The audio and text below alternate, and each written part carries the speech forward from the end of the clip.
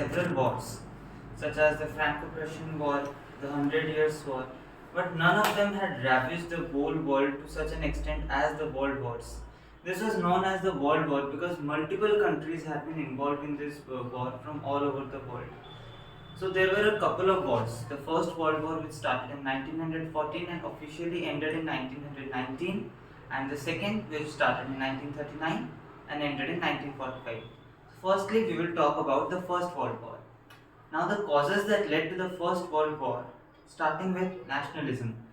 Now, nationalism is a phenomenon in which there is a feeling of unity among the people who share a common heritage, language, culture, and territory.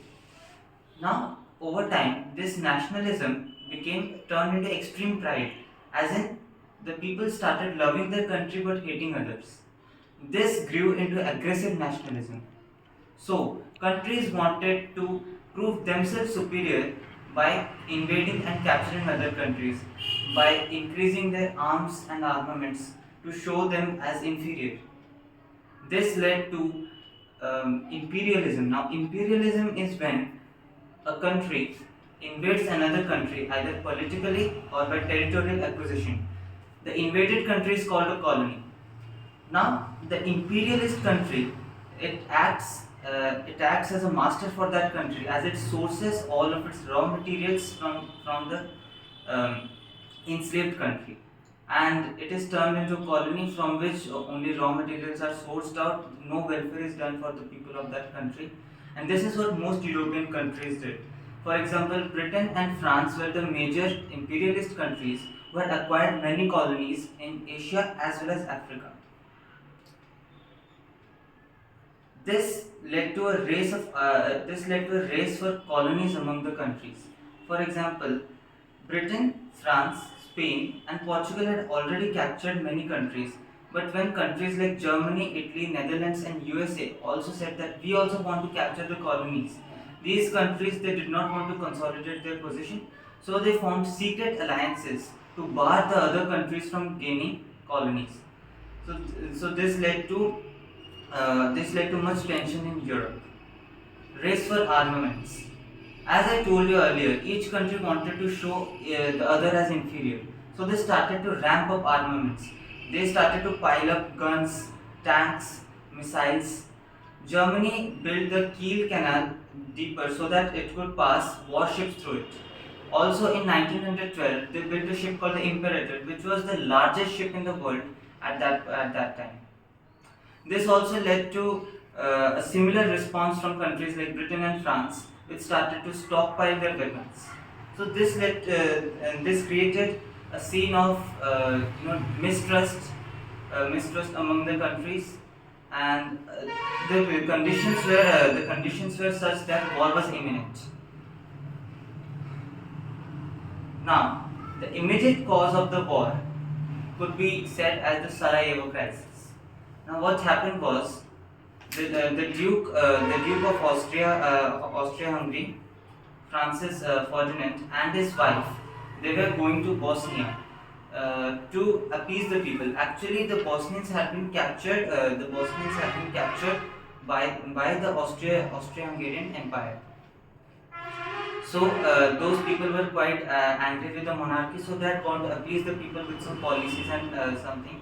But a group called Black Hand, which was an right-wing extremist political group, they organized an assassination, and they hired a 19-year-old Gavrilo Princip, a student revolutionary, to assassinate the monarch, which he did on June 28, 1914.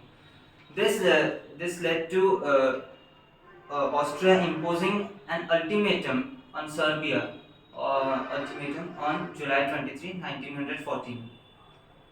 Serbia refused some of these demands as they threatened her sovereignty.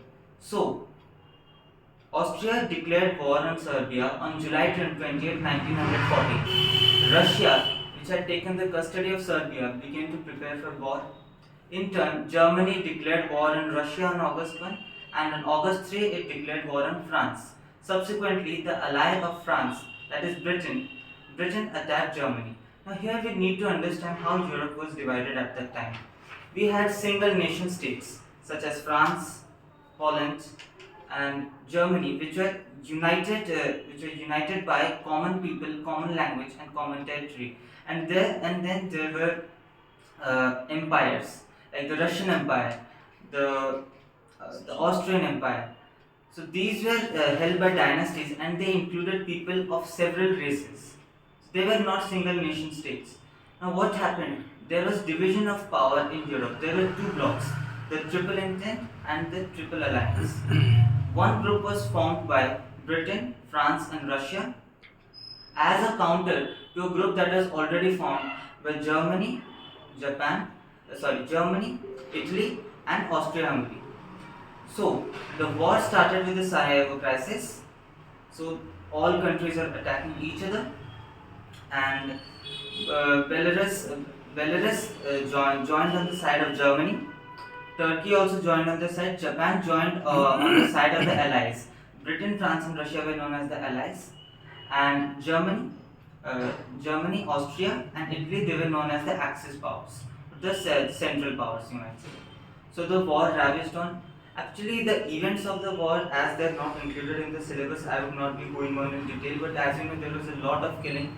Close to 80 lakh people were killed, and due to some circumstances, the war came to an end finally. It was mainly because the Allied powers, they overpowered them, and and in the end it was only Germany fighting, because all other countries, for example Italy, it betrayed Germany in 1915 as it joined the Allied side in order to gain some territories of Germany. So the war came to an end on November 11, 1918, with an armistice that was signed by the general, the German general.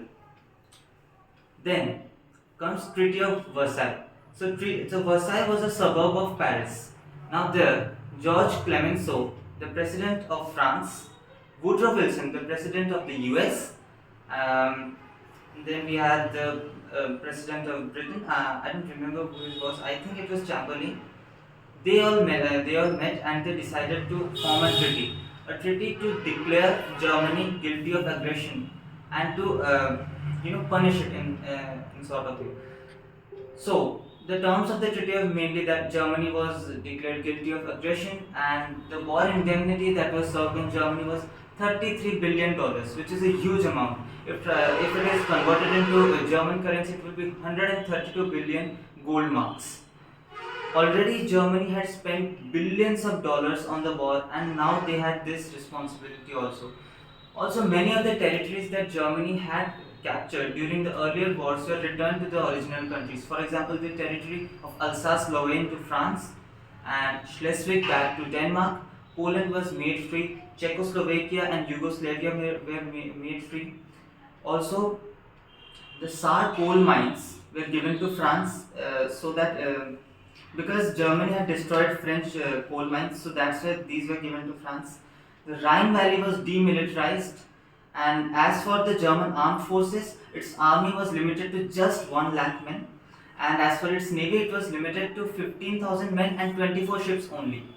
The air force and its submarines, which the Germans called as U-boats, they were banned. These all conditions, as they were imposed in Germany, you might think they are quite harsh. This was done deliberately so that Germany would never be in a condition to wage another war again. Many territories of Germany were given to the victorious allies such as Belgium, England, France, Denmark, etc. It also marked territorial rearrangements, as I told you, as some countries that had previously been under the dynastic rule, they were free. 3 dynasties mainly, they came to an end. The Hohenzollern dynasty in Germany, as Kaiser William II, he fled away. The Habsburg dynasty in Austria-Hungary, as Austria and Hungary were split. And the Romanov dynasty in Russia. It actually happened during the war due to the Bolshevik Revolution, which placed Vladimir Lenin and his people in power. So these 3 dynasties came to an end, and this led to the freedom of many people who had been oppressed by these dynasties. This also led to the formation of the League of Nations. Now the League of Nations is the forerunner of what is the United Nations today. The League of Nations was formed in 1919, and it was based on President Woodrow Wilson's 14 points. The covenant of the League of Nations was also included in the Treaty of Versailles. So, according to the League of Nations, its main aim was to maintain security and peace in the world, and also to prevent any other war of such scale happening again. All countries were to remain in peace, and in no way should they wage war against each other. So that's why the League of Nations was formed. But as we know, the League of Nations failed in its function, as just 2 decades later, another war broke out, which was the Second World War, and it was even worse. So these were the causes of the World War, and after this we will talk about the rise of dictatorships that happened, but that is in another chapter. Hope you like my explanation. Thank you.